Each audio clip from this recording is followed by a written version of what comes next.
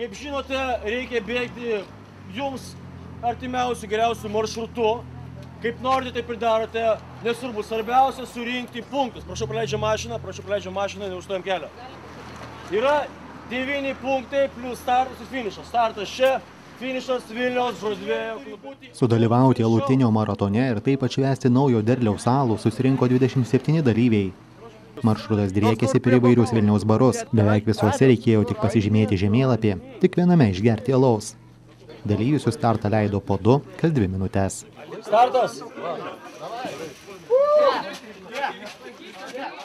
Prie starto atrodė, kad dalyviai nusprendė sekmadienio popietę ramiai pasivaikščioti po miestą.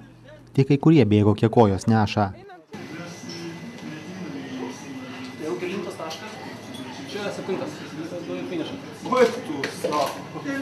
Ja, 7. Ir bėgte visą trasą? Taip. Čia jau bus nugalėtas. Greičiausiai. O tai alus netrukdys bėgti toliau? Daug negersim. Tai kelintą bokalą jau? Nebuvo dar. Pirmas. Pirmas? Užsisakę 2 alaus bokalus laimėdavo 2 minučių nuolaidą galutinėje varžybų įskaitoje. Kai kas alaus net negerdavo, o susimokėjęs iškart pasileisdavo finišo link. Ne, aš per žemaičius. Dar nelaimėjau. Pirmas finišo barą pasiekė Aidas Barkauskas. Pakeliui jis aplenkė net tuos dalyvius, kurie varžybas pradėjo 20 minučių anksčiau. Taip, prašau, dedam žemėlapius. 14:47. Nugalėtojas sako, kad jeigu būtų reikėję alaus išgerti kiekviename iš 9 pakeliui buvusių barų, varžybų nebūtų baigęs. 3-4, ta prasme, taip dar. Bėg po to galėčiau kažkiek.